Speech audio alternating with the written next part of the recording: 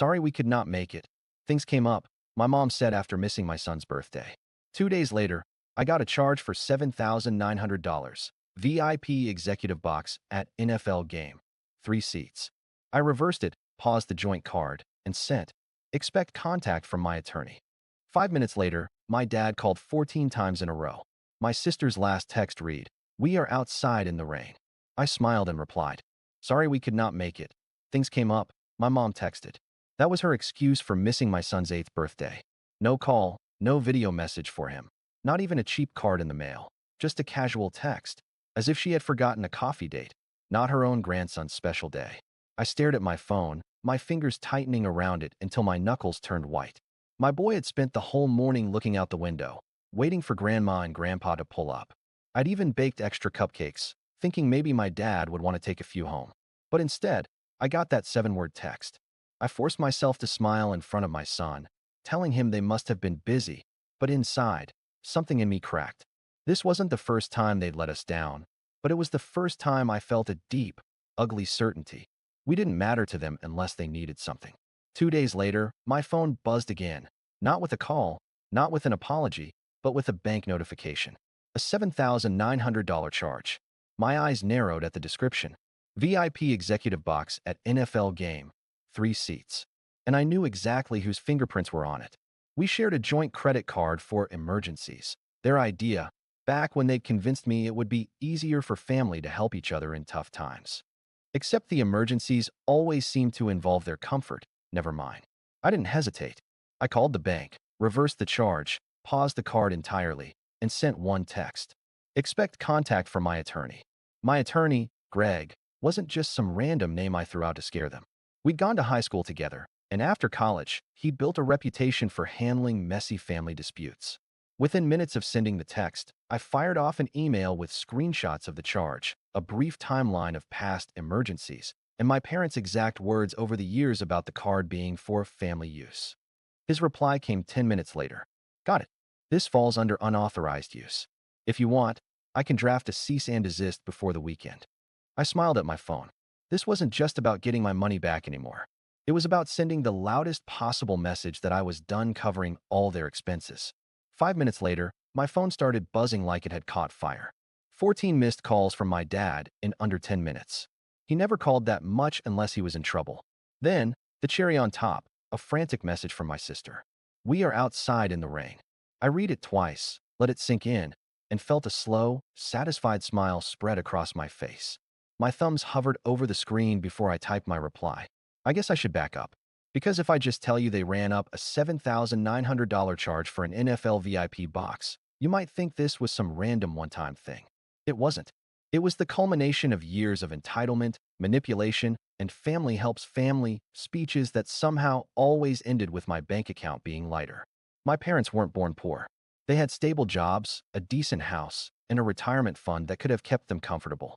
But they also had a habit, an addiction, really, to spending money they didn't have on things they didn't need. When I was a teenager, I remember my dad coming home with a brand new 75-inch TV while mom casually mentioned we were a little behind on the mortgage. Guess whose summer job paycheck mysteriously went missing to help catch up? By the time I was in my 20s, I was already the family's financial safety net. Mom needed dental work? I covered it. Dad's truck broke down? I paid the mechanic.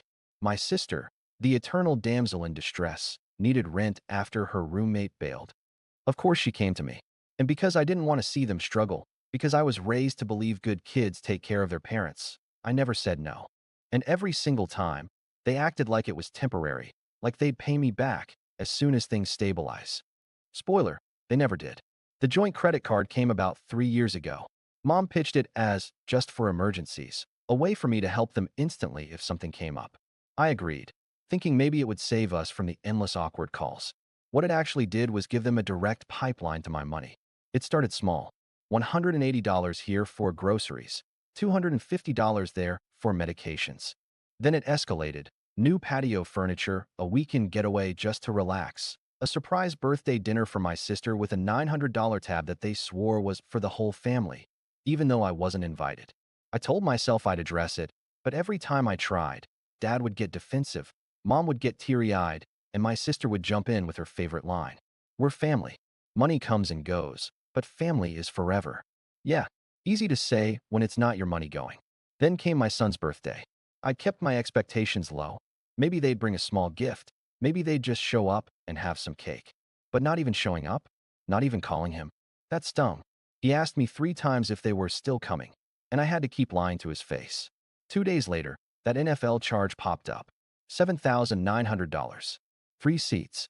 I knew my parents weren't football fans, but my sister's boyfriend was obsessed.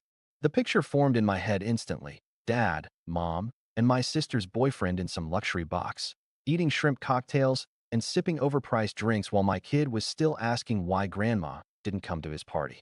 I froze the card and sent the attorney text, and that's when the chaos started. Dad's calls blew up my phone, 14 times in a row. I didn't answer. Then came the text from my sister. First angry, you can't just cancel the card, we needed that. Then desperate, we're outside, it's pouring, let us in. That last one made me laugh out loud. Let them in? After they took money without asking. Again, and skipped my kid's birthday? No, not this time. But here's the thing. I knew this was going to be bigger than just a card cancellation. I'd been swallowing my frustration for years, letting them take and take, telling myself, next time I'll say something. Well, next time had arrived. And I wasn't just going to say something. I was going to set a line in concrete so deep they'd break their hands trying to cross it. And judging by the messages blowing up my phone, they were about to realize for the first time in their lives that I wasn't bluffing. It didn't take long before the pounding on my front door started. Not polite knocks. I'm talking fists slamming hard enough to rattle the hinges. Open the door, Alex. My dad's voice boomed through the wood. We need to talk. I stood in my kitchen, coffee in hand, watching the rain streak down the window. My phone was still lighting up every few seconds. Calls, voicemails, texts. The most recent one from my sister read, "We're freezing. We have no ride and Dad's jacket is soaked. You're being cruel." Cruel. That word almost made me laugh. The same people who skipped my son's birthday and helped themselves to nearly 8 grand from my card now wanted to play the victims. Another round of pounding shook the door. I took my time walking over, deliberately letting them stew in the rain. When I finally opened it, Dad was standing there dripping, his face twisted in that mix of anger and desperation I knew so well. Mom was behind him, clutching her purse like she was about to faint. My sister was shivering in her trendy little jacket that was clearly not meant for bad weather, mascara streaking down her cheeks like a bad soap opera scene. What is wrong with you? Dad barked the second he saw me. You canceled the card without even warning us. Without warning you. I stepped back just enough so they could see the warmth of my house, the dry couch, the lamp glow, the smell of coffee, while they stood soaked in the doorway.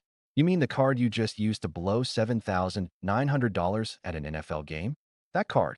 Mom jumped in, voice high and trembling. It was for an important client meeting. You don't understand how business works. Business. I cut her off. Neither of you has set foot in an office in 10 years. And last I checked, my sister's unemployed boyfriend isn't a client. Megan's head snapped up, eyes flashing. You're unbelievable. We needed that experience. Experience? I laughed in her face. You needed it so much you couldn't even pick up the phone to wish your nephew happy birthday? You had no problem finding time for shrimp cocktails in a luxury box, though.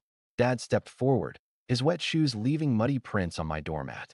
That card was for family emergencies. My attorney disagrees, I said flatly. And if you think I won't go through with it, go ahead, test me. He's already reviewing the charge, the card history, and every single emergency you've had in the last 3 years. Spoiler, NFL tickets don't qualify.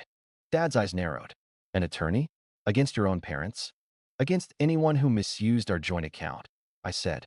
Being family doesn't make taking money without permission okay. And last I checked, I interrupted, skipping your grandson's birthday to go play corporate big shot isn't an emergency. It's theft. You don't talk to me like that in my presence, Dad growled, his voice dropping low like he was trying to reassert the old control. I just stared at him. In your presence? Dad, you're standing in my house. You don't get to bark orders here. That landed. His mouth opened, then closed again. I could see it. He wasn't used to me pushing back. Megan tried the guilt angle next. We're family, Alex. You're seriously going to leave us out here? It's pouring. We just need a place to. I stepped back into the doorway, leaning against the frame. You've had a place. My support. My money. My time. For years. And you burned every ounce of that goodwill. Mom's lip quivered. You wouldn't be here without us. We gave you life. Yeah, I said, my voice flat. And I've been repaying that debt ever since, apparently with interest. But guess what? The bank is closed. The rain kept coming down, making their clothes stick to their bodies. Dad's jaw was clenched so tight I could hear his teeth grind. "You're making a mistake," he said finally. "When you need us." I cut him off again, sharper this time. "When I need you. You've made it crystal clear there's nothing you'd actually show up for unless there's something in it for you. I did need you when my son was born, when I bought my first house, when I asked for help moving. But every time, you had something come up. The only time you show up is when there's a check involved." Megan's eyes were wet now, but not from the rain. "We had plans for that money." "Yeah, well, I have plans for mine too. And they don't include subsidizing your lifestyle anymore." I could feel my heart pounding, but it wasn't from fear. It was from the surge of something I hadn't felt in years: control. Dad tried one last push. "If you close the door on us right now, don't expect this family to ever be the same." I stepped forward, close enough to see the rain dripping off the end of his nose. "That's the point." And then, slowly, deliberately, I shut the door. The pounding started again immediately, but I turned and walked into the living room. My son was sitting there in his pajamas, building Lego towers. He looked up at me. "Who was at the door, Dad?" I smiled. "Just some people who forgot what family means." From the other side of the door, the shouting turned into muffled arguing between the three of them. I sipped my coffee, sat down next to my boy, and started adding blocks to his tower. Let them stand in the rain. They'd spent years making me feel small, guilty, and obligated. Tonight, they could feel something else: powerless. Because for the first time in my life, I wasn't giving in. The pounding on my door stopped after a few more minutes, replaced by the sound of hurried footsteps splashing down my driveway. Then silence. For the rest of the evening, my phone barely rested. First, the texts rolled in from my sister, long, paragraph-sized guilt trips about family bonds, and how could you embarrass us like that? Then came the voicemails from my dad, each angrier than the last. "You've made your point, Alex. Now open the card back up before you do something you can't take back. You've crossed the line. We don't do this to family." The irony nearly made me choke on my coffee. I didn't respond. Not that night. Not the next morning, either. I blocked them on social media, muted their numbers, and went about my day like nothing had happened. My son and I went to the park, grabbed ice cream on the way home, and laughed until our stomachs hurt. It was the first time in years I felt light, like someone had cut a set of chains off my back. It didn't take long for the wider family to get involved. 3 days later, my cousin Jenna called me out of the blue. "Hey, so, your mom's been telling everyone you kicked them out in the pouring rain." I snorted. "She leave out the part where they stole 8 grand from me first?" Jenna laughed. "Oh, she definitely left that part out. According to her, it was just a misunderstanding." A misunderstanding. Right. Because everyone accidentally buys a VIP box at an NFL game.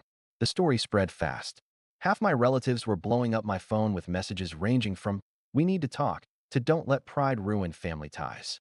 The other half, the ones who'd had their own run-ins with my parents' entitled behavior, sent quiet, supportive texts. Things like, "good for you. Should have done it years ago." Finally, someone told them no. And then, out of nowhere, I got a message from my dad's younger brother, Uncle Mark. He'd cut ties with my parents a decade ago after a fight over money. I hadn't heard from him in years. "Kid, I heard what happened. If they try anything legal, call me first. I've been where you are." That message stuck with me. It wasn't just validation, it was confirmation. This wasn't me overreacting. This was a pattern. Meanwhile, my parents doubled down. About a week later, I got a letter in the mail, an actual printed letter, because apparently passive-aggressive guilt lands better on stationery. It was 3 pages long, filled with all the classics. "We've always done our best for you. You wouldn't be where you are without our sacrifices. We never thought you'd turn your back on your own blood." They ended it with a gem. "Return the card privileges immediately, and we can put this behind us." I read it twice, folded it neatly, and dropped it straight into the shredder. Greg called me the same day the letter arrived. "They've got no legal ground," he said matter-of-factly.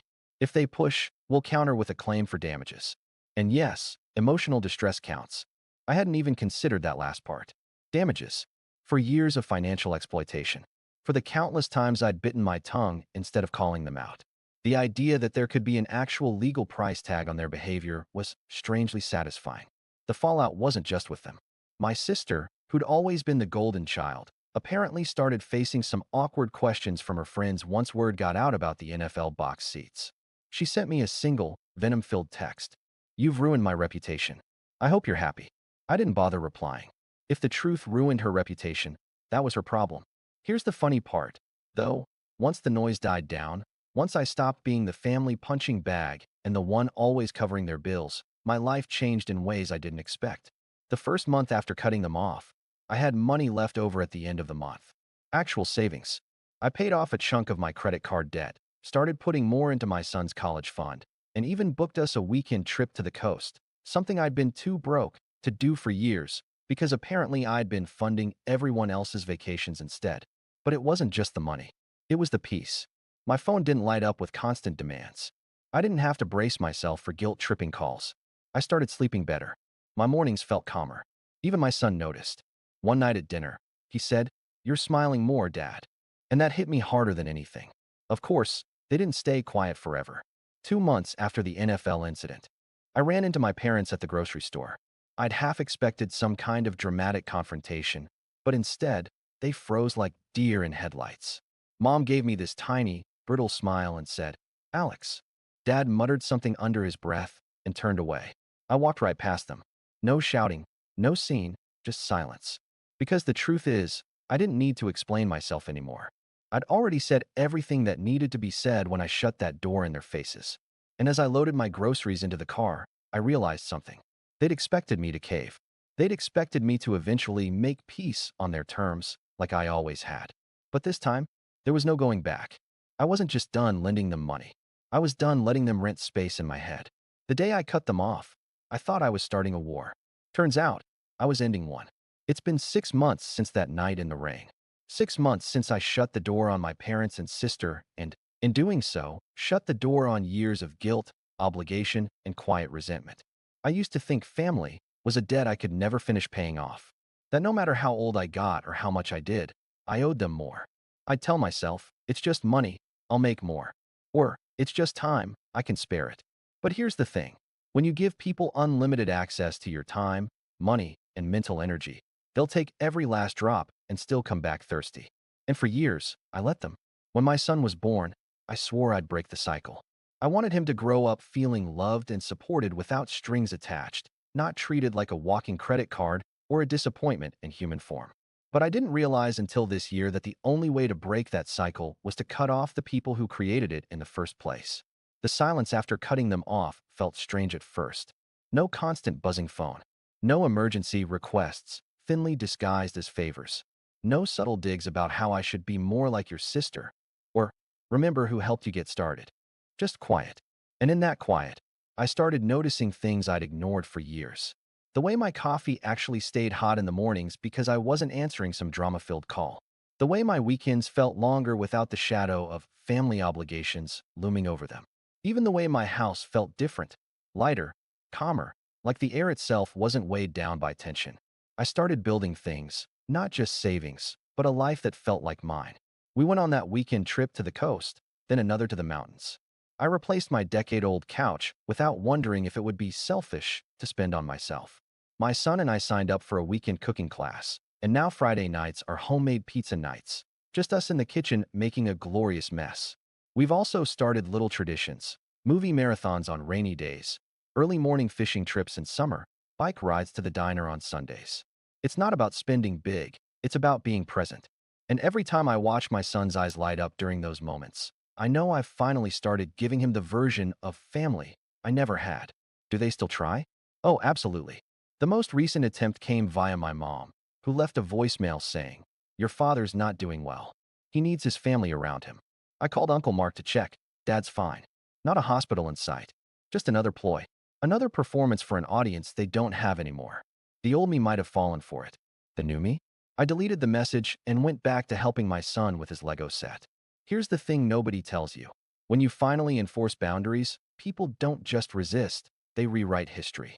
I've heard through the grapevine that my parents now tell everyone I cut them off over a misunderstanding, and that I'm holding a grudge over a single mistake. But I've stopped correcting them. Let them tell whatever story helps them sleep at night. The truth doesn't need me to defend it. And the truth is, I'm not angry anymore. I'm not even sad. I'm free. Greg still checks in once in a while. Not as my attorney anymore, but as a friend. He told me that for weeks after the rainstorm incident, my parents kept calling his office, demanding to know if we were really going to sue. He never confirmed or denied, just reminded them every time that all communication had to go through him.